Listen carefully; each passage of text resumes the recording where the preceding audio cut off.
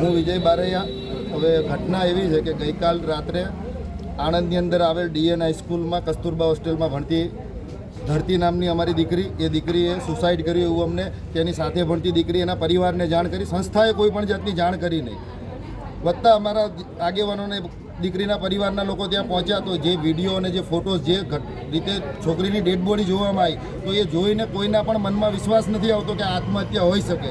એટલે એ બાબતે અમે આજે પીઆઈ સાહેબને રજૂઆત કરવા આવ્યા હતા કે આ આત્મહત્યા નથી, આની યોગ્ય દિશામાં તપાસ કરવામાં આવે, અને દુષ્પ્રેરણા હોય તો દુષ્પ્રેરણા દાખલ કરો, અને હત્યા હોય તો હત્યાનો ગુનો દાખલ કરવામાં આવે, અને આની ઊંડાણપૂર્વક તપાસ કરવામાં આવે.